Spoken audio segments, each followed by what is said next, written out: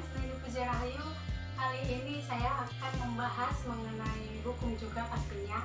Setelah minggu kemarin kami membahas mengenai pemilu atau pilkada 2020 pada bulan Desember, dan kali ini saya akan membahas mengenai disahkannya rancangan undang-undang Cipta Kerja dan dijadikannya Undang-Undang Cipta Kerja yang dilaksanakan pada tanggal 5 Oktober 2020 pada tengah malam. Tentunya hal ini menarik karena masih mengundangnya pro dan kontra, karena di pembahasan kemarin juga tentu saja masih mengundang pro kontra mengenai Pilkada 2020, ditambah lagi disahkannya mengenai RUU Cipta Kerja yang dijadikan Undang-Undang Cipta Kerja.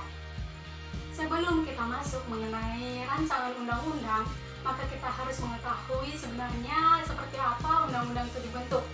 Nah, undang-undang ini dibentuk melalui proses substansial dengan mekanisme yang harusnya transparan dengan melibatkan masyarakat di dalamnya.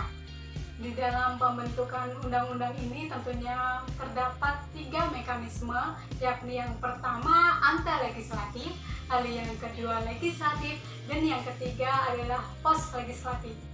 Mengenai tahapan yang pertama, yakni anti-legislatif, yakni partisipasi masyarakat dalam metode penelitian, diskusi, lokal karya, seminar, dan lain-lain.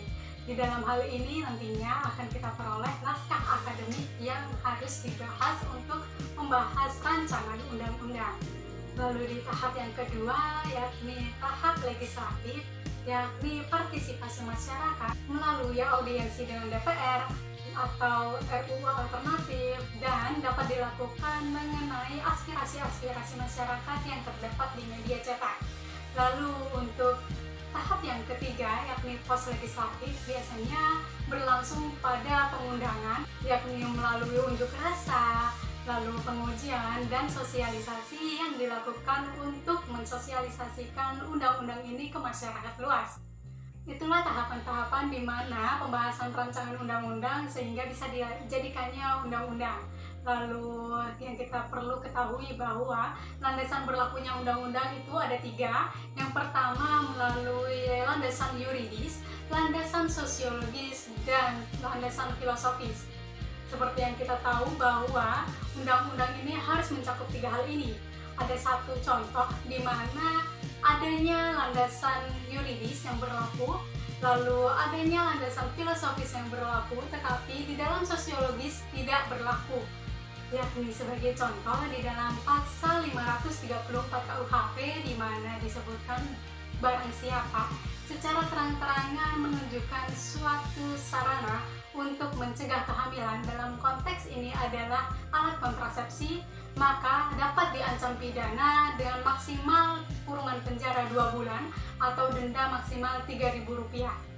Nah, ini tentu saja sudah tidak berlaku di dalam aspek sosiologi, yakni dapat kita lihat bahwasanya banyak toko-toko yang memampang alat kontrasepsi dan beredar secara luas di masyarakat, sehingga secara sosiologis tidak berdampak apa-apa. Jadi ketika ketiga aspek ini tidak terpenuhi, maka undang-undang ini dianggap tidak ada. Ada hal yang menarik mengenai disahkannya RUU Cipta Kerja, yakni dengan adanya penyebutan Omnibus Law. Nah, sebenarnya antara Omnibus Law dengan Undang-Undang Cipta Kerja ini 2 makna yang berbeda. Omnibus Law ini secara garis besar dapat kita sebut sebagai payung hukum, di mana satu undang-undang dapat menggantikan undang-undang sekaligus banyak.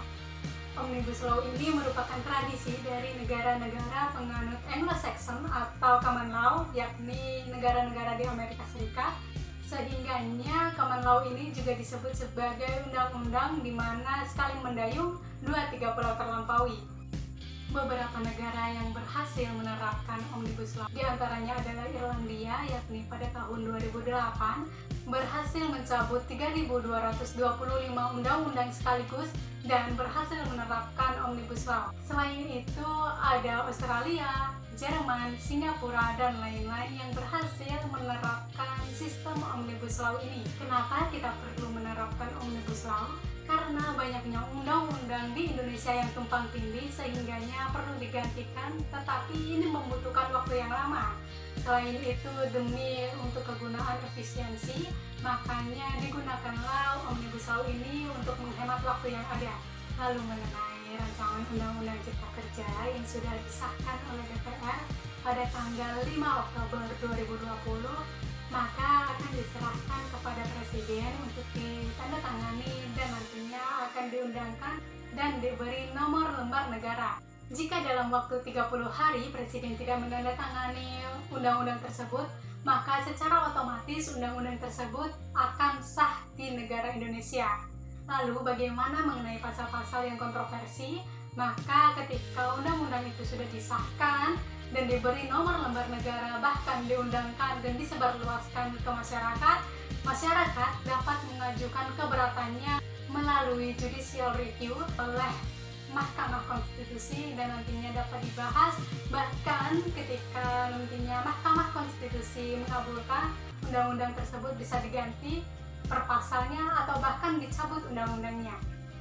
Dan kita jangan lupa bahwasanya kita sebagai rakyat memiliki kedaulatan tertinggi di negara kita sebagaimana dalam pasal 1 Undang-Undang Dasar Negara Republik Indonesia 1945 ayat 2 bahwa kedaulatan tertinggi berada di tangan rakyat. Lalu di pasal 3 di mana negara Indonesia merupakan negara hukum di mana mekanisme kenegaraan berdasarkan demokrasi. Oleh karena itu, rakyat tidak bisa diam ketika ada sesuatu yang dirasa mengganjal dan ini dirasa bukan suara rakyat. Rakyat bisa mengajukannya melalui judicial review. Jadi nantinya teman-teman jangan ada yang salah mengucapkan bahwa Undang-Undang Cipta Kerja merupakan Undang-Undang Omnibus Law. Untuk sekarang ini memang baru saja satu undang-undang yang menganut sistem Omnibus Law, yakni Undang-Undang Cipta Kerja. Lalu bagaimana nantinya ketika ada undang-undang yang lainnya yang menganut sistem Omnibus Law?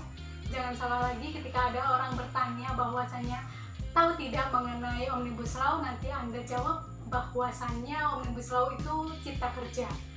Dan untuk itu sekiranya dapat dipahami video dari saya mengenai Omnibus Law dan cipta kerja bahwasanya dua hal yang berbeda. Oleh karena itu saya mengucapkan terima kasih dan sampai jumpa di video selanjutnya. Jangan lupa subscribe, klik loncengnya dan klik like untuk menyukai video dari saya. Wassalamualaikum warahmatullahi wabarakatuh.